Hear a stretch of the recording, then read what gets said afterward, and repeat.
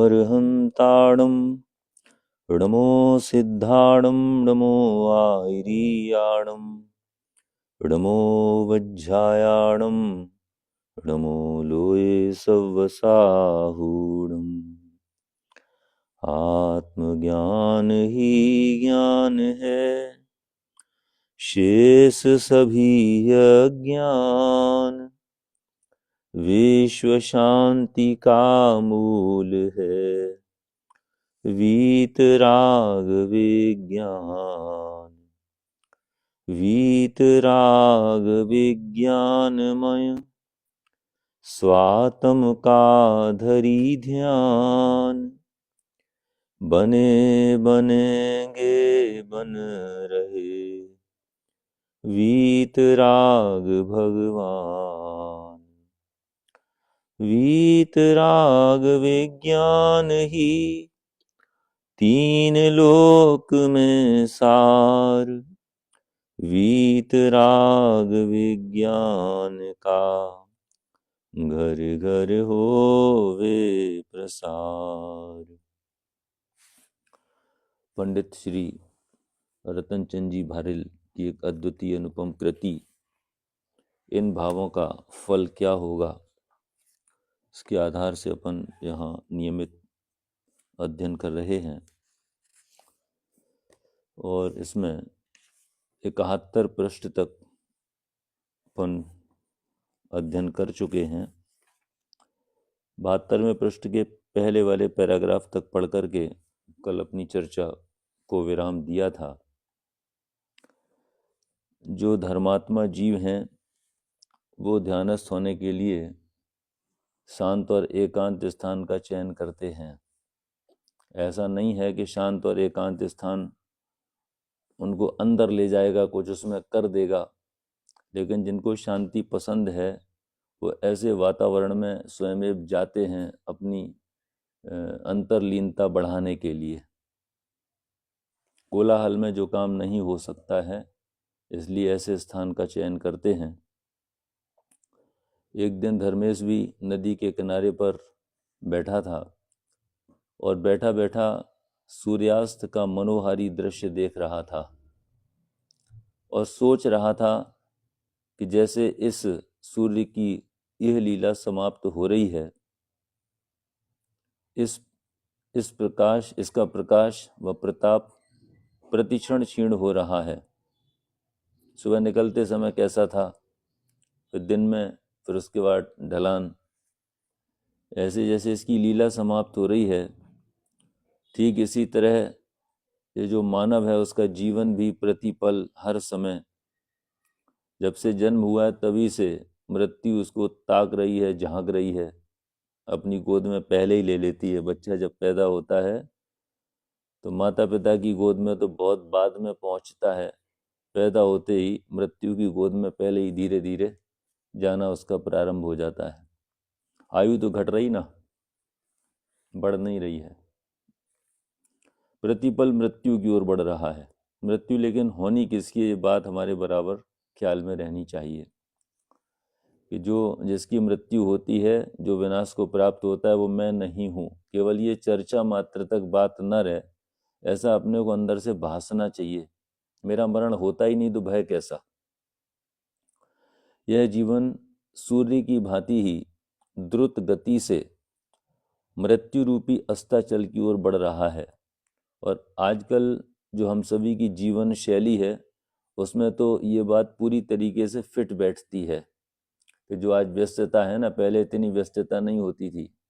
आज समय नहीं है किसी के पास और पता नहीं लगता कि कब बचपन से जवानी आ गई, कब जवानी से बुढ़ापा आ गया और कब चला चली की बेल आ जाती है। ऐसे ही अपना जीवन निकल जाता है।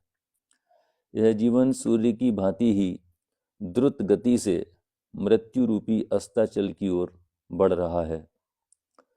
अतः जीवन का प्रकाश रहते यथासंभव शीघ्र ही आत्मावलोकन कर लेना चाहिए। इन प्राकृत दृश्यों के देखने में अपने समय को खराब नहीं करना चाहिए। ऐसा सोचकर ध्यानस्थ हुआ ही चाहता था, मैं ध्यानस्थ होना ही चाहता था, वो जो विकल्प जाल चल रहे थे अंदर ले जाने वाले, वे विकल्प धीरे धीरे शांत होने लगे थे, मानो ध्यानस्थ ही होने जा रहा हो कि पीछे से ध्यान को भंग करती हुई धड़ाम सी आवाज आई, मानो किसी ने पहाड़ी पर से नदी के गहरे पानी में छलांग लगाई हो। मुड़कर देखा तो गोते खाता, डूबता उतराता एवं घबराता हुआ, हाथ पांव फड़फड़ाता एक व्यक्ति दिखाई दिया, जो कुछ कुछ जाना पहचाना सा लगा। धर्मेश ने पास जाकर देखा तो आंखें फटी की फटी ही रह गईं। अरे, यह तो मनमोहन है। इसे यह क्या सूझा? माना कि इसे अपने किए पापों का बहुत पश्चाताप है, आत्मग्लानि भी बहुत है, पर ऐसा अनर्थ, निश्चय ही वह अपना संतुलन खो बैठा है।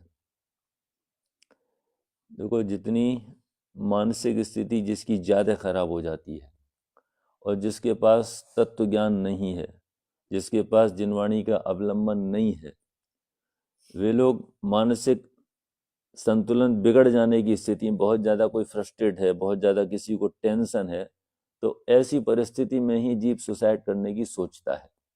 ऐसे बहुत कम उदाहरण हैं कि किसी के शरीर में पीड़ा हो, बहुत ज़्यादा शरीर से परेशान हो और उसने आत्महत्या की हो सकता है ऐसे भी लोग हों, लेकिन जो लोग मानसिक पीड़ा से त्रस्त थे उन्होंने ही ऐसे काम किए। किसी ने कुछ कह दिया घर पे, बात बहुत बुरी लग गई तो चले गए, अपने कहीं कूद गए, नहर में छलांग लगा दी, फांसी लगा ली, कमरा बंद कर लिया, पंखे से लटक गए, फंदा लगा करके पेड़ पर लटक गए।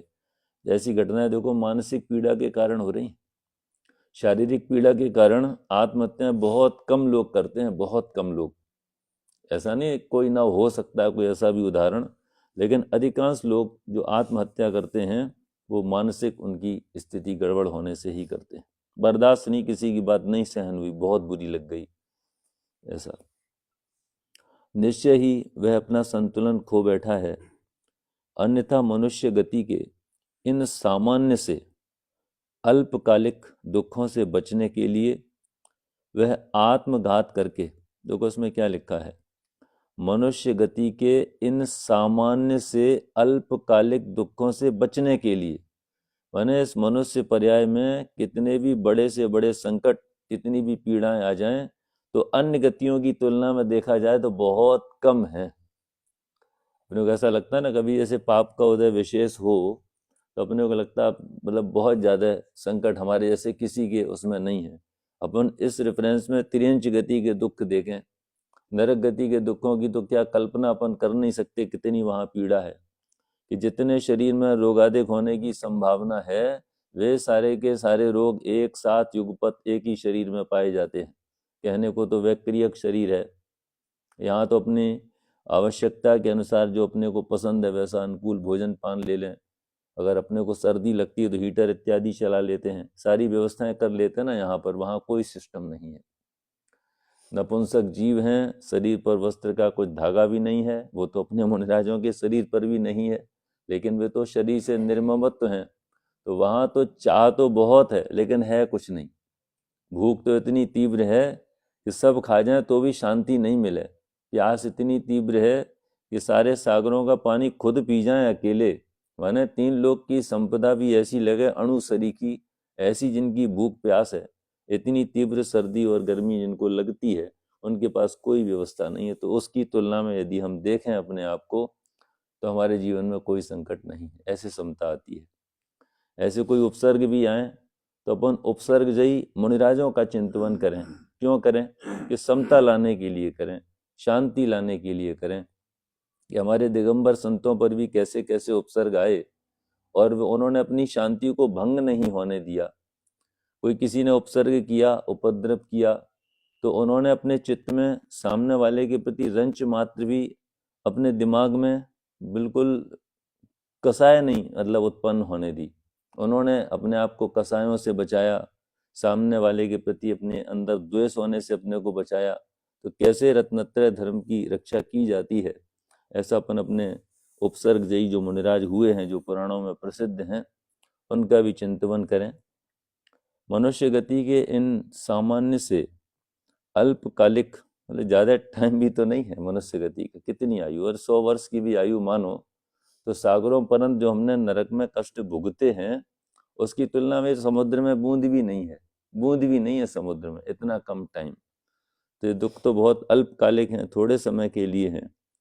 और उनसे बचने के लिए आत्मघात करके नरक गति के असह्य कल्पनातीत दीर्घकालिक दुखों को आमंत्रण नहीं देता। यह अज्ञान दशा में ऐसा कार्य हुआ।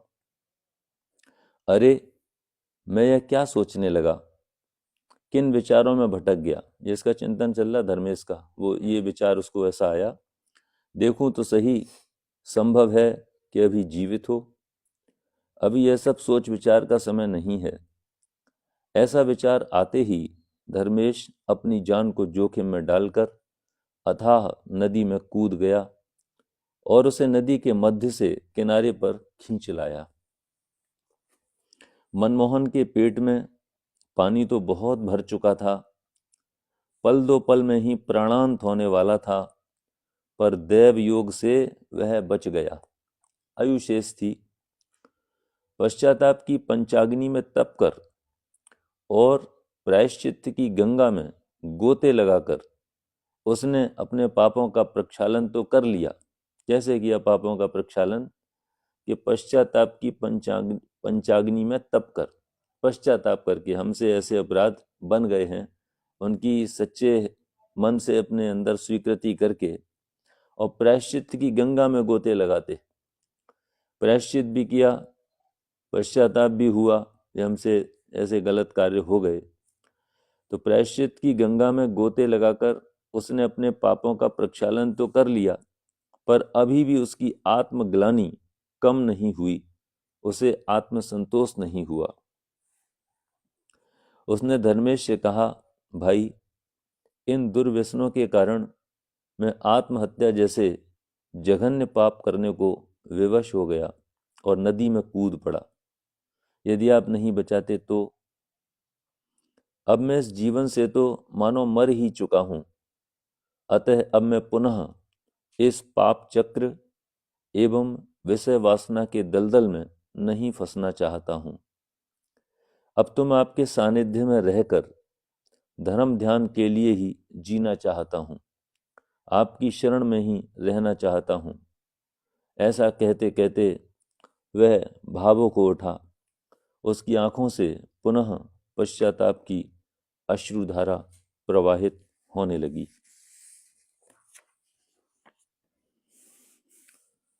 धर्मेश का मित्र अमित व्यसनी तो था, पर बेईमान और बदमाश नहीं था। ये क्वालिटी भी साथ में थी, माने कोई 100% व्यक्ति गलत ही हो ऐसा होता नहीं, इसमें 99 अवगुण होंगे, उसमें एक गुण भी होता है साथ में। धर्मेश का मित्र अमित व्यसनी तो था, पर बेईमान और बदमाश नहीं था। अपने व्यसनों की बुरी आदत के कारण हुई परिवार की परेशानियों को देखकर और अपने श्वशुर मनमोहन के दुखी परिवार को देखकर अब वह अपने व्यसनों को स्वयं भी बुरा मानने लगा था और उन्हें छोड़ने का मन भी बना लिया था, पर अभी वह छोड़ नहीं पा रहा था। इनके कुचक्र में फंसना तो सरल है, लेकिन निकलना बड़ा मुश्किल काम है। कुछ भी देख लो आप, ये तो बड़ा मोटे मोटे वैसे व्यसन है जिनको सभी व्यसन मानते हैं। अपन भी देखें अपने जीवन में कोई ऐसी टेप पड़ जाती है कि जिसके बिना अपने से रहा नहीं जाता है। उदाहरण के तौर पर जैसे किसी को चाय पीने की आदत पड़ जाए और उसको चाय नहीं मिले तो उसको कैसा लगता है, माथा फटा जा रहा है, मतलब एकदम ऐसा व्यसन सा लगता है ना, नहीं पिए तो चैन सी नहीं पड़े, मतलब ऐसा एक मानो जीवन का एक अंग बन गया, अनिवार्य सा, रोज पीना ही है। और नहीं पिया आज ऐसा लगता है आज कुछ गड़बड़ लग रही है, आज तो सिस्टम थोड़ा सा दिमाग का ठीक नहीं लग रहा है। वास्तव में वो व्यसन ही है। कोई भी आदत हो जिसके बिना अपने को चैन नहीं पड़े, उसको करे बिना, तो व्यसन की श्रेणी में ही वो आती है।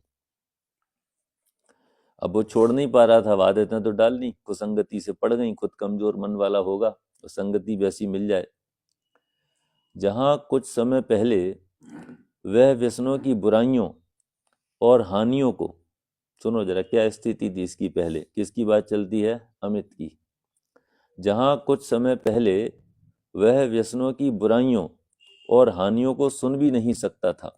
अब शराबी से शराब की बुराई करके देखो जरा, सुन सकेगा वो? बोलो भैया, बेचने वाला भी नहीं सुन सके, पीने वाला भी नहीं सुन सके। वहीं अब वह विषय वासनाओं और व्यसनों की बुराइयों को न केवल ध्यान से सुनता और ध्यान से सुनता, बल्कि सिद्धांततः स्वीकार भी करता कि वस्तुतः ये सब त्याज्य हैं, छोड़ने योग्य हैं। इतना ही नहीं, उन्हें त्यागने का संकल्प भी करता। कई बार ऐसे जो व्यसनी जीव होते हैं ना, उनको भी लगता है कभी कभी, उनकी मति व्यवस्थित हो जाए तो वो भी ऐसा सोचने लगते हैं भाई ये सब चीज़ें छोड़ने लायक हैं, लेकिन 4 दिन जैसे ही छोड़ते हैं तो ऐसा लगता है मामला बहुत गड़बड़ सा हो रहा है, तो थोड़े बहुत उनकी गाड़ी चल पाती है, पुनः सेवन करने लग जाते हैं। काफ़ी लोगों ने गुटखा तंबाकू मसाला छोड़ा, लेकिन वे छोड़ नहीं पाए ज़्यादा टाइम तक, थोड़ा ही टाइम हुआ कि फिर से सेवन करने लग गए। उन्हें त्यागने का संकल्प भी करता। अब संकल्प तो करता, आगे देखो क्या स्थिति होती है। जब वह ऐसी भावना व्यक्त करता तो धर्मेश सहित सभी परिजनों को भारी प्रसन्नता होती, बहुत अच्छा लगता, परंतु उसके संकल्प हफ्ते 2 हफ्ते से अधिक नहीं टिक पाते। प्रयोग करके देखना भैया अपनी मित्र मंडली में यदि कोई ऐसा हो। वैसे तो ऐसे लोगों की मित्र मंडली अपने को करनी ही नहीं चाहिए, कदाचित हो कोई ऐसे अपने आसपास, उन्हें जरा समझा के देखना, और समझ में आए तो देखो कितने दिन वो संभल पाते हैं। फिर वहीं का वहीं, वैसे का वैसा व्यसनों में लिप्त हो जाता। इन दुर्व्यसनों का स्वरूप ही कुछ ऐसा है कि जो एक बार फंसा सो फंसा, फिर इनसे उबरना बहुत कठिन काम है।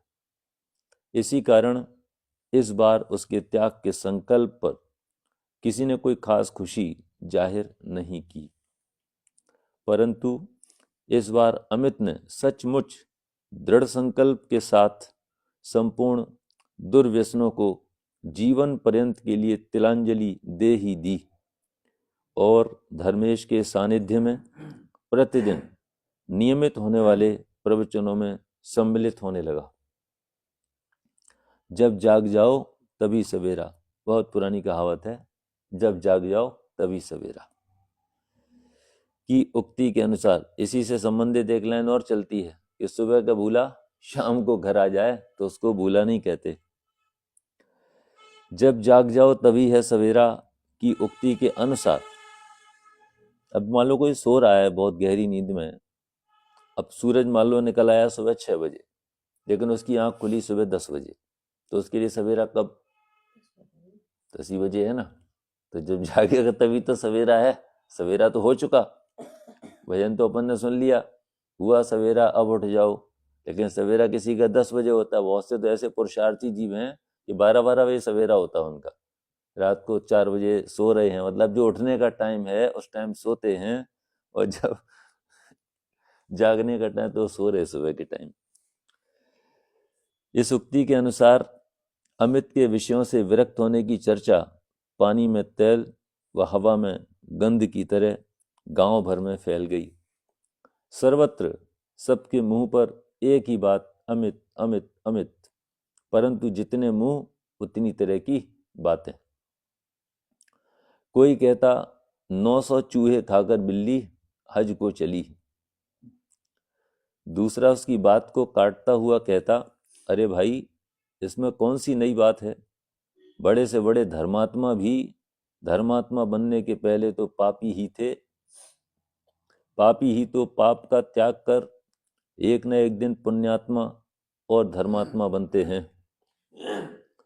श्री कृष्ण के पुत्र शंभु कुमार एवं राजा मधु, जो पुराण पुरुषों के नाम लिए, श्री कृष्ण के पुत्र शंभु कुमार एवं राजा मधु की पौराणिक कथा इसके ज्वलंत प्रमाण हैं।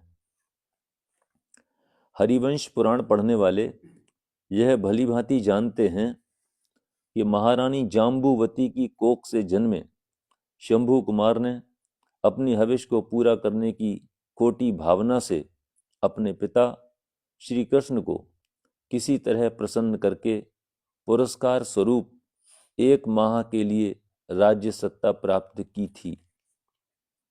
और जब शंभू कुमार को सत्ता सौंपकर श्री कृष्ण अज्ञातवास में चले गए तो अवसर पाते ही शंभू कुमार की पापमय स्वच्छंद प्रवृत्ति किस तरह प्रबल हो उठी थी। उसकी काम वासना ऐसी तीव्रतम जागृत हो गई थी मानो आग में घी पड़ गया हो। तब उन्होंने क्या क्या अनर्थ नहीं किए, ऐसे निर्लज्ज कार्य किए जिनके कहने में भी शर्म आती है। फिर भी पुराण कहते हैं कि उन्हीं शंभू कुमार ने अपने पापों का प्रायश्चित करके आत्म साधना के अपूर्व पुरुषार्थ द्वारा गृहस्थपना छोड़कर मुनि धर्म अंगीकार कर निज स्वभाव साधन द्वारा, ये लाइनें टोडरमल जी के मोक्ष मार्ग प्रकाशक जी ग्रंथ से ली गई हैं, जहाँ उन्होंने परिभाषा लिखी है कि मुनियों का सामान्य स्वरूप जो सभी का होता है, गृहस्थपना छोड़कर, पहला पॉइंट, गृहस्थपना छोड़कर के फिर क्या किया कि मुनि धर्म अंगीकार किया। काय के लिए किया कि निज स्वभाव का साधन करने के लिए किया। इस साधन द्वारा उसी भव में घातिया अघातिया कर्मों का क्षय करके केवल ज्ञान एवं मोक्ष प्राप्त किया। अब यहाँ पे देखो भैया, छल करने जैसी बात नहीं है। जिनवाणी के आधार से ही अपन स्वच्छंदी हो जाते हैं, ऐसी पढ़े ना इसमें, तो अब क्या उदाहरण देंगे। जो व्यसनी जीव हैं वो तो यही बात कहेंगे कि जो श्री कृष्ण के पुत्र थे ना शंभू कुमार, उन्होंने क्या क्या नहीं किया, हम तो उनसे बहुत नीचे लेवल के हैं, तो उन्होंने छोड़ दिया तो हम भी छोड़ देंगे।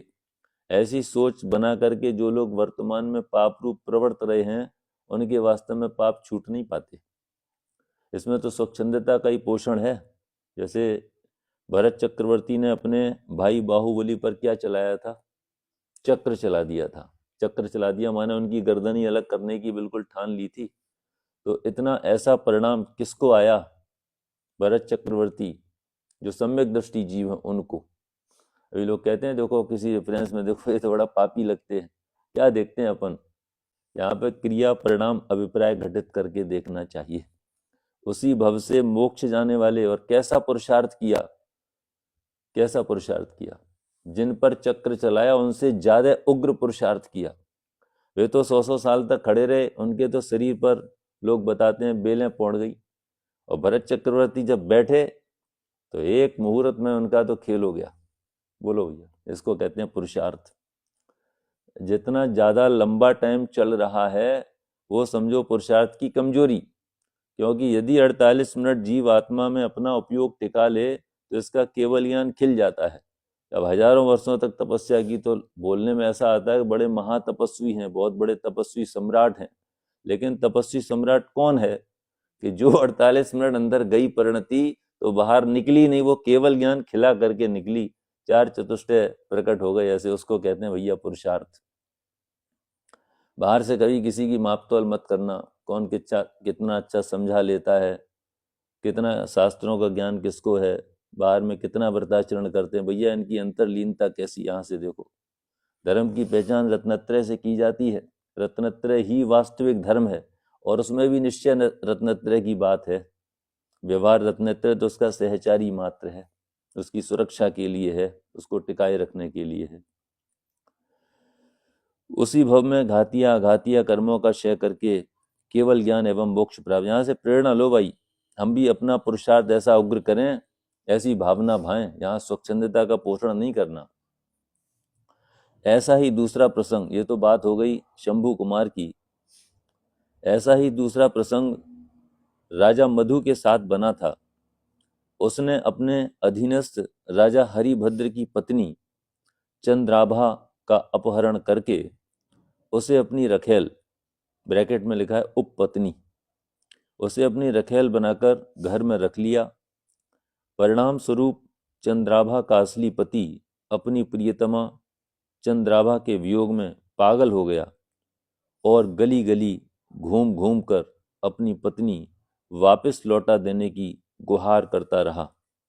पहले के लोग भी तो कैसे कैसे काम करते थे, फिर भी राजा मधु ने उसे नहीं लौटाया।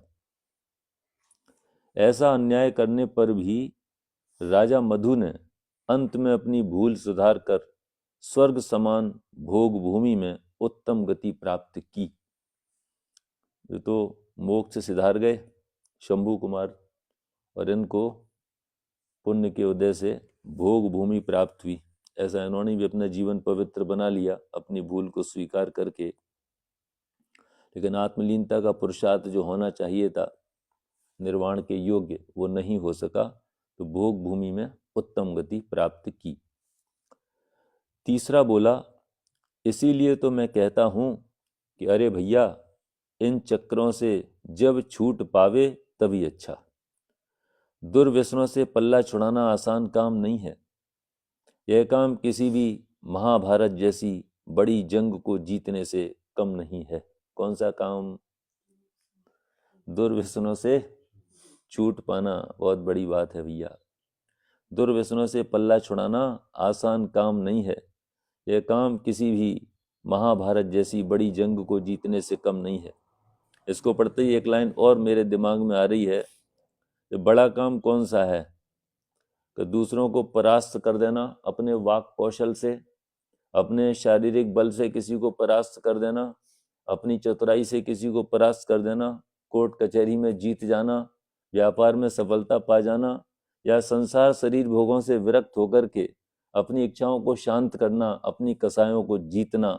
ये है वास्तविक वीरता, जो हमको वीरता सरीखी लगती नहीं। इसमें तो ऐसा लगता है निठल्ले हैं, काम तो कुछ करते नहीं हैं, पुरुषार्थी तो है ही नहीं। अभी भी हम समझ नहीं पा रहे हैं कि वास्तविक पुरुषार्थ क्या चीज है।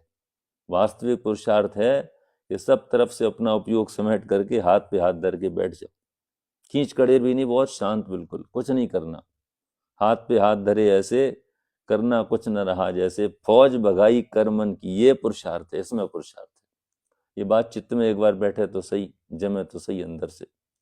भाई सारे काम किए इसी के लिए जाते हैं, उसमें हम टिक नहीं पा रहे हैं, इसलिए इतना हम सारे दिन जो धर्म के नाम पर कुछ भी अपन शुभाचार करते हैं, वो सारा का सारा इस एक काम के लिए है। दुर्व्यसनों से पल्ला छुड़ाना आसान काम नहीं है। यह काम किसी भी महाभारत जैसी बड़ी जंग को जीतने से कम नहीं है। कसायों के कुचक्र से बाहर निकल जाना ये बहुत बड़ी उपलब्धि है। जंग जीतना आसान है, पर व्यसनों से पार पाना कठिन। जो दिन में 10-10 पैग पीता हो, दिन रात शराब के नशे में धुत रहता हो, चेन स्मोकर हो। अपने देखे हैं चेन स्मोकर? यहाँ एक डॉक्टर साहब थे, उनकी बहुत छोटी सी मोटरसाइकिल थी, उनकी सिगरेट चलती थी तो एक के बाद एक, एक के बाद एक से दूसरी सुलगाई, दूसरे, 1 मिनट के लिए सिगरेट बंद नहीं होती। मेरे ख्याल से शायद वो सोते समय तो क्या पीते होंगे, लेकिन स्वप्न में भी शायद सिगरेट ही पीते रहते होंगे, इतनी सिगरेट पीते थे। मोटरसाइकिल पे चल रहे तो सिगरेट ही उनके मुंह में लगी रहती थी बराबर। शॉप पे आते थे एक के बाद एक, एक के बाद एक, मतलब धारावाही रूप से चैन स्मोकर इसको कहते हैं, श्रृंखलाबद्ध तरीके से सिगरेट पीते जाना। अब इसमें और जरा घुस जाओ भीतर तो केवल सिगरेट की क्या बात करें कि एक पुड़िया अंदर की खत्म हो पाई भाई साहब, तो पीछे वाली पॉकेट से निकाली और दांत से कोना छीला तो फड़फड़ फड़ करके फिर अंदर गिरा ली ऊपर मुंह करके। फिर एक के बाद एक, एक के बाद एक धारावाही रूप से, कौन सा होता है वो, गुट खा, गुट खा, वो खाते रहते हैं। वो कौन कौन से केसरी एसरी क्या क्या नाम आते तरह तरह के, एक के बाद एक, एक के बाद एक। उनकी भी लत पड़ जाती, 24 घंटे वो रह नहीं पाते शुद्ध। अब तो स्थिति यहाँ तक विकृत हो चली है कि अपनी रथ यात्रा जो कि भगवान का समवसरण है विहार करता हुआ, उसमें भी लोग ये पुड़िया अपने अंदर डाल करके मस्त मगन रहते हैं। फिर उन्हें इतना भी होश नहीं रहता है कि हम नमोकार मंत्र पढ़ रहे हैं, क्या कर रहे हैं, ऐसी दशा हो चली। ये सब शिथिलाचार ही है। मंदिर में चप्पल पहन करके अगर जाते हों तो हमें भगवान के समवसरण में भी चप्पल पहन करके चलना चाहिए। अब जो खा खा करके थूकते भी हैं, मंदिर में थूक सकते हो आप। पहले तो हमें खूब ध्यान है, जब भगवान का रथ चलता था तो 2 साइड से प्लास्टिक की डोरी चला करती थी, उस बीच में कोई चप्पल पहन के अंदर भी नहीं जाता था, कदाचित कोई पहने भी हो तो साइड में उतार के उस मर्यादा में जो भगवान की वेदी के बिल्कुल दोनों तरफ समानांतर से कोई भी बाइक इधर से क्रॉस नहीं होनी, कोई चप्पल पहन के नहीं जाता था, पूरी पवित्रता से विहार कराया जाता था। अपन प्रभावना के नाम पर सब चीज़ें कर तो रहे हैं, लेकिन सब उल्टा होता जा रहा है। उसमें भी राग रंग का ही पोषण है, नृत्य करने वाले को नृत्य का रंग चढ़ा हुआ है, जो है मतलब जैसा भी है, वो सब चीज़ें जो होनी चाहिए ना उससे मेल खाती हुई, जिस उद्देश्य से वो काम किया जाता है वो उद्देश्य अब काफ़ी पीछे हो चुका है। ये कड़वी सच्चाई है। जंग जीतना आसान है पर व्यसनों से पार पाना कठिन। जो दिन में 10-10 पैग पीता हो, दिन रात शराब के नशे में धुत रहता हो, चैन स्मोकर हो और मुंह से रेलगाड़ी के कोयले के इंजन की तरह, अब नई पीढ़ी ने तो देखे नहीं कोयले के इंजन, हमने देखे हैं, मुंह से रेलगाड़ी के कोयले के इंजन की तरह धुआं छोड़ता ही रहता हो, रात रात भर जाग कर नृत्यांगनाओं के नृत्य गान देखता सुनता रहता हो, दिन भर आंखों में नींद भरे अर्ध विक्षिप्त सा पड़ा रहता हो, आंखें भी वैसी हो जाती शराबियों की छड़ी छड़ी एकदम लाल, जिसका ना खाने पीने का समय हो न सोने जागने का कोई निश्चित, इसमें तो भैया अपने को भी सावधान होना पड़ेगा, जिसका न खाने पीने का सही समय हो। जो महिलाओं के लिए आज बहुत परेशानी का कारण बन गया है, पुरुष वर्ग जो ये परिस्थितिवश कह लो या उनकी ऐसी आदत पड़ जाती है कि अपने हिसाब से जब खाएंगे तब खाएंगे, जिसका ना खाने पीने का सही समय हो न सोने जागने का कोई निश्चित समय हो। और आगे देखो क्या लिख रहे हैं, दादा ने भी क्या कलम चलाई है। तेज मसालों का तीखा गरिष्ठ भोजन करना और नित्य नई नई नगर वधुओं के द्वार पर दस्तक देना ही जिसका काम हो, ऐसा व्यक्ति, ये भैया आंखों से पी जाने वाली शराब है, ध्यान रखना, बाबू जुगल किशोर जुगल का है सेंटेंस। ये टीवी देखना, नृत्य देखना, ये सब राग रंग के कार्यक्रम देखना, एक तो शराब होठों से पी जाती है और एक आंखों से पी जाने वाली शराब। नित्य नई नई नगर वधुओं के द्वार पर दस्तक देना ही सब दृष्टि का कमाल है भाई, नजर नजर की बात है, जिसका काम हो, ऐसा व्यक्ति जब भी जो भी जितना भी त्याग करता है अच्छा ही है। आप ही सोचो, ऐसे व्यक्तियों से विषयों से विरक्त होने की आशा व अपेक्षा की ही कैसे जा सकती है। चौथा बोला, सबके स्टेटमेंट आ रहे एक एक करके। चौथा बोला, इन बातों में क्या धरा है, वह अब भी सुधरने वाला नहीं था। हुआ यह कि एक दिन उसके फैमिली डॉक्टर ने जवाब दे दिया कि जाओ घर जाओ, अब मेरे पास आने की ज़रूरत नहीं है, कहीं भी किसी भी डॉक्टर के पास जाने की ज़रूरत नहीं है। वो समझ लो डॉक्टर ने एक तरीके से हाथ खड़े कर दिए, जवाब दे दिया, अब तुम्हारा जब तक है जीवन तब तक अपने आराम से चलाओ, अब मेरे पास आने की आवश्यकता नहीं है, बस 2-4 माह और पी लो, खा लो और मजे उड़ा लो। फिर तो कहते कहते डॉक्टर चुप हो गया। डॉक्टर को चुप देख अमित ने लड़खड़ाती जुबान से कहा, फिर क्या? डॉक्टर बोला, फिर तो सागरों पर्यंत शराब तो क्या, पानी की एक एक बूंद को और अन्न के एक एक दाने को तरसना ही है, तरसना ही है, तरसना भी है नहीं लिखा है इसमें। बीच में बात काटते हुए तीसरे ने पुनः पूछा, और क्या क्या कहा था डॉक्टर साहब ने? चौथे का उत्तर था, अरे उन्होंने साफ साफ कह दिया अमित, उन्होंने साफ साफ कह दिया अमित, सिगरेट व शराब पीने से तुम्हारे दोनों फेफड़े जर्जर हो गए हैं। अब डॉक्टर के कहने से होता क्या, जब तक कोई बीमारी नहीं लग जाए तब तो कुछ चेतता तो है नहीं। देखो पुड़िया पे कितने बढ़िया बढ़िया चित्र बने हैं, देखे होंगे सबने, पूरा गाल खुला हुआ है और नीचे अब तो थोड़ा सा बड़ा बड़ा भी लिख के आने लगा कि गुटखा खाना मसाला खाना स्वास्थ्य के लिए हानिकारक है, तो भी कौन मानता है। वो तो जब तक चीर फाड़ नहीं हो जाए, पहले तो आप कितना भी समझाने की कोशिश करोगे, कोई मानने को तैयार, भैया ये तो काम जो ये तो असंभव, ये नहीं छूट सकता, और जैसे ही अब देखता मौत मेरे सामने खड़ी है, तुरंत फिर हाथ लगाने का भी उसका मन नहीं होता जब मौत दिखाई देती। ऐसी बात है। सिगरेट व शराब पीने से तुम्हारे दोनों फेफड़े जर्जर हो गए हैं, लीवर ने काम करना बंद कर दिया है, मांसाहार से तुम्हारी आंतें बिल्कुल खराब हो गई हैं। देखो नई नई लाइन है, मानने को तैयार है भाई। अपने देखो शरीर की जो बनावट है वो शाकाहार के लिए ही है कि अपन शाकाहार ही करें। मनुष्य की आंतें और दांत जो मांसाहारी पशु हैं उनकी तरीके से नहीं होती, इसीलिए सारा शरीर का सिस्टम बिगड़ता है। मति तो बिगड़ती ही है। मांसाहार से तुम्हारी आंतें बिल्कुल खराब हो गई हैं। यह तो बड़ा स्थूल मांसाहार की बात है, पशुओं का कलेवर खाना। अपन भी ऐसी चीज़ों का सेवन कम से कम करें। कम से कम क्या करें, मतलब जिसमें जीवों की हिंसा होती है, तरस तरस हिंसा हो, उसमें तो बचना ही चाहिए। या तो वो भी आखिर मांसाहार। मांसाहार से तुम्हारी आंतें बिल्कुल खराब हो गई हैं। बाजारू औरतों के संपर्क से तुम्हें एड्स जैसी खतरनाक जानलेवा बीमारी हो सकती है, इसकी संभावना है। सिगरेट, सुरा और सुंदरी। सिगरेट, सुरा और सुंदरी ने तुम्हारे अंग अंग को छीण कर दिया है। जितने वर्ष तुम जी चुके हो, अब उतने महीने भी तुम्हारे जीने की आशा नहीं है। ये डॉक्टर साहब ने उन्हें बता दिया। सिगरेट कौन सी? सिगरेट, सुरा और सुंदरी। लगाओ जरा इसमें, जिनवाणी के शब्दों में घटित करो। सिगरेट, राग द्वेष की सिगरेट पी रहे ना अपन हर समय। और सुरा तो मोह की पिए ही हैं, 24 घंटे पिए रहते हैं।